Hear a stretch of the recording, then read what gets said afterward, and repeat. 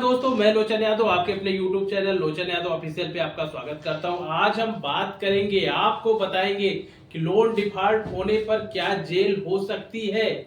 इसके बारे में हम आपको विस्तार से बताएंगे। चाहे आपका पर्सनल लोन हो, क्रेडिट कार्ड का लोन हो, होम लोन हो, कार लोन हो, बस लोन हो, किसी भी तरह का लोन हो, सारे लोन के बारे में हम आपको एक सटीक नॉलेज देंगे कि अगर आपका लोन डिफॉल्ट हो गया है, आप ईएमआई नहीं भर पा रहे हैं, तो मैक्सिमम क्या होगा और किस लोन में क्या होता है। हर लोन की कैटेगरी अलग है और सभी के अलग अलग सेटलमेंट प्रोसेस है। उसके बारे में हम आपको विस्तार से बताएंगे। देखिए, कोई भी लोन हो, चाहे आपका एजुकेशनल लोन हो, होम लोन हो, कार लोन हो, पर्सनल लोन हो, सिर्फ दो ही प्रकार के होते हैं। या तो वह सिक्योर्ड लोन होगा या फिर वो अनसिक्योर्ड लोन होगा। अगर वह अनसिक्योर्ड लोन है, जैसे आपका पर्सनल लोन हो गया, क्रेडिट कार्ड का लोन हुआ, कंज्यूमर ड्यूरेबल गुड्स के लिए जो आप लोग टीवी फ्रिज के लिए लोन लेते हैं, इस तरह के जो भी लोन होंगे यह वो आपके अनसिक्योर्ड लोन होंगे। इनके सेटलमेंट का प्रोसेस, इनके ईएमआई डिफॉल्ट होने पर कौन कौन सी कार्रवाई होती है, कौन कौन सी नोटिस आती है, किस नोटिस का जवाब देना सही है, किसका नहीं है, सारे के प्रोसेस अलग हैं। दूसरा हो गया आपका सिक्योर्ड लोन, जैसे कि आपका home loan, car loan, KCC loan और गोल्ड लोन, ये सिक्योर्ड लोन है। इसमें बैंक एनबीएफसी कंपनी के पास आपके लोन के बदले कोई कीमती सामान मॉर्गेज होती है। बैंक के पास अथॉरिटी है उसे ऑप्शन करके अपने पैसे की वसूली के लिए। तो इसके लोन के सेटलमेंट की प्रोसेस और इस पे कौन कौन से नोटिस आते हैं, किस नोटिस का जवाब देना है, ये प्रोसेस थोड़ा सा अलग होता है। अब जैसे कि आपका पर्सनल लोन है, क्रेडिट कार्ड का लोन है, तो इसमें बैंक एनबीएफसी कंपनी आपका सिविल देख करके और आपके बैंक स्टेटमेंट को देख करके लोन दी है। इसमें बैंक के पास ना ही कोई कीमती सामान है, ना ही कोई भी आपके पास कोई भी आपने उसको कोई प्रॉपर्टी मॉर्गेज किए हैं। इसके प्रोसेस अलग होते हैं। अब हम सबसे पहले ले चलते हैं आपको पर्सनल लोन के बारे में। देखिए, पर्सनल लोन एक प्रकार का अनसिक्योर्ड लोन है। पहली बात आप लोग ध्यान दीजिए, ये जो पर्सनल लोन है ये एक अनसिक्योर्ड लोन है। इसमें बैंक एनबीएफसी कंपनी किसी के पास भी कोई कीमती सामान आपकी मॉर्गेज नहीं है। बैंक एनबीएफसी कंपनी आपकी सिविल और आपके बैंक बैलेंस, बैंक स्टेटमेंट को देख करके आपको जो लोन देती है, इसमें अगर मान लीजिए आप लोन डिफॉल्टर हो गए, लोन नहीं दे पा रहे हैं, बैंक एनबीएफसी कंपनी आपको जेल भेज देगी तो भी तो नहीं उसके पैसे की रिकवरी थोड़ी हो पाएगी। इसके प्रोसेस अलग हैं। इसमें बैंक एनबीएफसी कंपनी के पास कोई भी चीज नहीं है जिसके बदले आपको उन्होंने लोन दिया, कोई भी सिक्योरिटी नहीं है। तो इसमें क्या होता है, ध्यान दीजिएगा, वीडियो बड़ा हो सकता है लेकिन यह वीडियो सभी प्रकार के लोन्स की निचोड़ है। अगर इस वीडियो को देख लिए तो आपके, मुझे नहीं लगता किसी दूसरों की वीडियो देखने की जरूरत पड़ेगी। देखिए, जो लोन होता है, जब भी आप लोन लेते हैं, लोन ले लिया, उस समय स्थिति सही थी, किसी कारणवश आप लोन नहीं दे पा रहे हैं, तो पहले एक दिन डिफॉल्ट से 1 से 30 डेज का अगर डिफॉल्ट हो गया है, तो इसमें बैंक जो होते हैं आपको कॉल्स आपके नंबर को कॉल सेंटर के नंबर को दे देंगे, जिसमें कॉल सेंटर वाले बताएंगे कि सर आपका ये लोन था, इसकी ईएमआई बाउंस हो गई है, इसका ईएमआई आप पेमेंट कर दीजिए। तो वहां से आपको मालूम हो जाएगा कि हमारी ईएमआई बाउंस हो गई है। या फिर इस तरह के जो होते हैं प्रॉब्लम, इसमें व्यक्ति भूल जाता है कि हमारी कोई लोन की ईएमआई क्या थी, किस डेट पे देना था, तो 80% 90% केस यहीं पे सॉल्व हो जाते हैं। उसके बाद आता है 30 डेज से 90 डेज की प्रोसेस। 30 डेज जैसे ही आपका एक महीना ईएमआई बाउंस हो जाएगी, एक महीने की ईएमआई नहीं दे पाएंगे, तो 30 से 90 दिन तक आपके पास कॉल सेंटर, होम विजिट होंगी। आप लोन दे दीजिए, ईएमआई भर दीजिए, ईएमआई भर दीजिए। इसमें सिर्फ बात होगी ईएमआई भरिए भरिए भरिए। आपने लोन लिया है, आप लोन दीजिए, आपके पास कॉल सेंटर, होम विजिट होने शुरू हो जाएगी।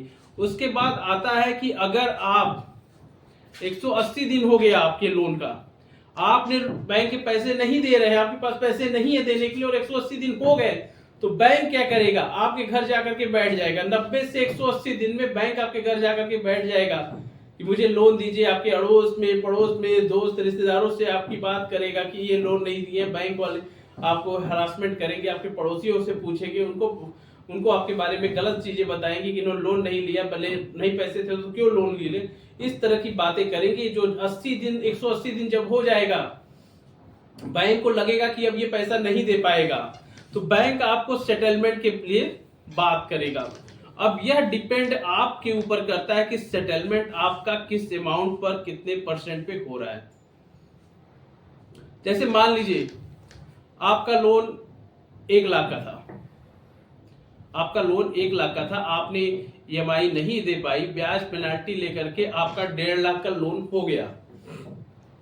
आपका लोन था 1 लाख का, आप लोन नहीं चुका पाए, आपका ब्याज पेनाल्टी करके आपका लोन जो हो गया वो हो गया 1.5 लाख का। अब क्या हुआ, देखिए जब भी सेटलमेंट की बात आएगी तो सेटलमेंट में इंटरेस्ट पेनाल्टी को छोड़ दिया जाता है, इंटरेस्ट पेनाल्टी को हटा दिया जाएगा। आपका 1 लाख का अमाउंट था, लोन अकाउंट 1 लाख का था, तो आपको 1 लाख पे सेटलमेंट की बात की जाएगी। का लोन था तो अब आपसे 1 लाख के लोन पे बात की जाएगी कि अब इसमें हम आपको 20% 10% डिस्काउंट दे रहे हैं। यानी आपका जो 1.5 लाख का लोन था 50,000 रुपए तो तुरंत माफ हो गया कि हमें ब्याज पेनाल्टी नहीं चाहिए। जो हमारा मूलधन है, हम मूलधन पे बात करेंगे, हम अपने प्रिंसिपल पे बात करेंगे। जो हमारा लोन का अमाउंट था उसमें बैंक कहेगा कि नहीं 10% डिस्काउंट देंगे, आप कहेंगे 30% दीजिए, 40% दीजिए, 50% दीजिए। यह आपके ऊपर डिपेंड करता है कि आपका लोन सेटलमेंट कितने दिन पे होता है। और अगर जितना ज्यादा पुराना लोन होगा सेटलमेंट उतने कम पैसों में सेटलमेंट होता है। यह आप पे डिपेंड करता है। अगर आपको ऐसा लगता होगा बैंक एनबीएफसी कहेंगे कि आप 90,000 पे कर लेंगे तो आपकी सिविल बच जाएगी, तो आप एक चीज ध्यान दीजिए, सुन लीजिए, अगर सेटलमेंट हो गया तो आपकी सिविल तो खराब हो गई, आपको कोई लोन देगा नहीं। सिविल आपकी उसी दिन खराब हो गई जब आपका सेटलमेंट हो गया। सिविल बचानी है तो आप बैंक से बात करिए, कितना लोन है, कितना ब्याज पेनाल्टी लगा है, सारे पैसे जब आप देंगे तभी आपकी सिविल सही होगी। या फिर आप ये सोचिए कि हमने 90,000 दे दिया हमारी सिविल सही रहेगी, तो ऐसा कुछ नहीं, आपकी सिविल उसी दिन खराब हो जाएगी, कोई आपको लोन नहीं देगा। ये तो हो गया सेटलमेंट। सेटलमेंट का सिर्फ ये मतलब है कि जो आपको परेशान बैंक करती थी, आपके घर पे होम विजिट होती थी, आपके अड़ोस पड़ोस में जो आपकी इंसल्ट होती थी, सिर्फ वो चीज खत्म हुआ। सेटलमेंट का मतलब कि बैंक और आपके बीच से आज से जो भी लोन का अकाउंट था वो क्लोज हुआ है। आपकी सिविल नहीं, आपकी सिविल तो पूरी खराबी हो गई। सेटलमेंट का मतलब ये कि सिविल खराब। अगर आपको ऐसा लगता होगा कि हम 90,000 दे देंगे तो हमारी सिविल बनी रहेगी, तो ऐसा कुछ नहीं है। या तो आप 1 रुपए में सेटलमेंट कराइए, 2 रुपए में कराइए, 1,000 रुपए में कराइए, 10,000 में कराइए, 20,000 में, 50,000 में, या फिर पूरे 1 लाख में अगर सेटलमेंट हुआ है तो आपके सिविल में आपकी सिविल तो खराब हो ही गई। इसके लिए आप मत परेशान रहिए कि हम सेटलमेंट 90,000 में करेंगे तो हमें हमारी सिविल नहीं खराब होगी। ये तो हो गया पर्सनल लोन के बारे में। इसी तरह होता है क्रेडिट कार्ड का लोन। क्रेडिट कार्ड का लोन अगर आप 90 दिन तक लोन नहीं दिए, आप अगर 90 दिन तक लोन नहीं दिए, कोई भी लोन हो, अगर आपने उसको 90 दिन तक लोन नहीं दिया तो रिका लोन। अगर मान लीजिए क्रेडिट कार्ड की 3 ईएमआई बाउंस हो गई, पहली बाउंस होगी तो कस्टमर केयर आपको फोन करके बताएगा कि लोन की ईएमआई बाउंस हो गई, इसको भर दीजिए। इसी तरह अगर 3 ईएमआई डिफॉल्ट हो गई तो कोई भी लोन हो, 3 नोटिस तुरंत चली जाएगी। सेक्शन 138 का नोटिस जिसमें आपका ऑटो डेबिट या चेक दिए हुए हैं, दूसरा हो गई डिमांड रिकॉल नोटिस, तीसरा रिकॉल नोटिस। ये तीनों नोटिस तुरंत आपके पास पहुंच जाएंगी। इसके बाद जब क्रेडिट कार्ड में भी वही सेम चीज है, जैसे पर्सनल लोन का सेटलमेंट होता है उसी तरह सेम क्रेडिट कार्ड का भी सेटलमेंट होता है। बैंक एनबीएफसी कंपनी आपको कहेंगी कि सेटलमेंट के लिए, यह आपके ऊपर डिपेंड करता है कि गोल्ड लोन है जिसमें बैंक के पास आप प्रॉपर्टी मॉर्गेज रखे हैं, आप अपने प्रॉपर्टी के कागज बैंक के पास जमा किए हैं, बैंक के पास अथॉरिटी है कि वो आपकी प्रॉपर्टी को सेल करके अपने पैसे की वसूली कर ले।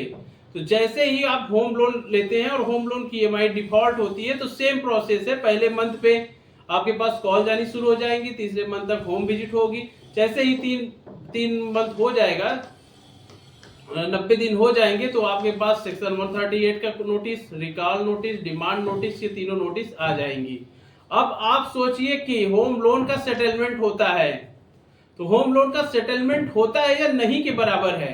हम आपको बताएंगे कि होम लोन का सेटलमेंट क्या होता है और कैसे होता है। देखिए सरफेसी एक्ट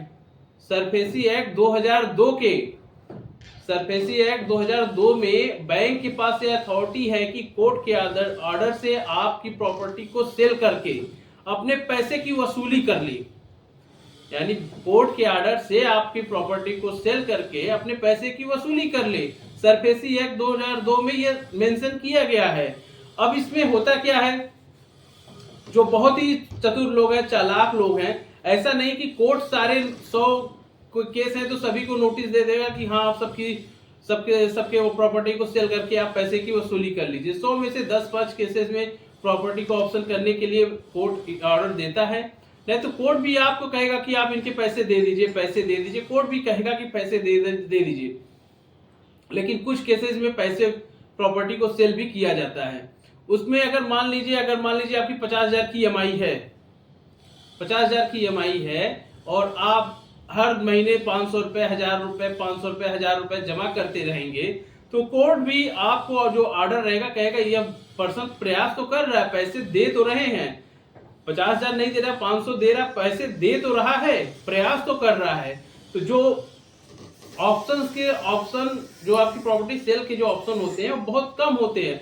होम लोन में बैंक के पास अथॉरिटी तो है आपकी प्रॉपर्टी को सेल करने का, लेकिन कोर्ट के ऑर्डर 100 में से 10 से 20% में कोर्ट ऑर्डर करता है प्रॉपर्टी को सेल करने के लिए।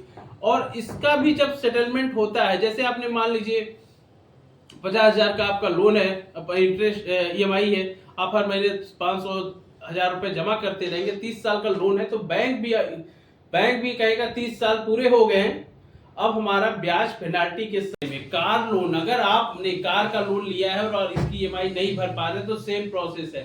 जैसे ही 3 महीने होंगे आपके पास सेक्शन 138 का notice, recall notice, demand notice आ जाएंगी। इसमें अगर आप लोन नहीं भर पा रहे हैं तो सेटलमेंट का प्रोसेस जो है, इसमें सेटलमेंट होगा। उसके बाद अगर बैंक आपकी गाड़ी को खींच लिया, आपकी गाड़ी को ले ली, तो समझिए आपका सेटलमेंट हो गया, चाहे गाड़ी की कोई भी कंडीशन में हो, चाहे गाड़ी का अमाउंट 1 लाख हो, चाहे 50,000 हो, अगर उसने गाड़ी को ले गया तो आपका सेटलमेंट हो गया। अब बात करते हैं गोल्ड लोन के बारे में। गोल्ड लोन एक ऐसा लोन है जिसमें बैंक के पास आपके लोन अमाउंट से ज्यादा की अमाउंट जमा होती है, उसी पे बैंक आपको लोन देता है। यह सबसे ज्यादा सिक्योर लोन होता है, तो वह गोल्ड लोन होता है।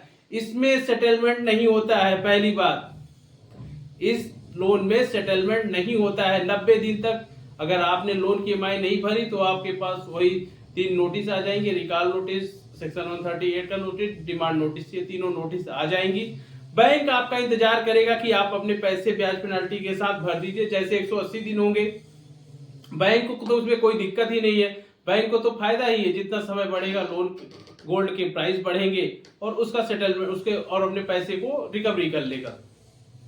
मान लीजिए साल भर हो गए, बैंक के ऊपर प्रेशर आया है कि गोल्ड को सेल करके अपने अमाउंट को ले लीजिए, तो ऐसी स्थिति में बैंक आपको नोटिस देगा कि आपके गोल्ड की ओपन मार्केट में सेल किया जा रहा है, इस तारीख को सेल किया जा रहा है। आपको प्रायर सबकी सूचना मिलेगी और आपका 1 लाख का लोन है और अगर आपका गोल्ड 80 का बिका तो बैंक अपने 1 लाख रुपए ले लेगी और आपको 80,000 का डीडी बना करके दे देगी, ये आपके पैसे हैं, इसे आप ले लीजिए।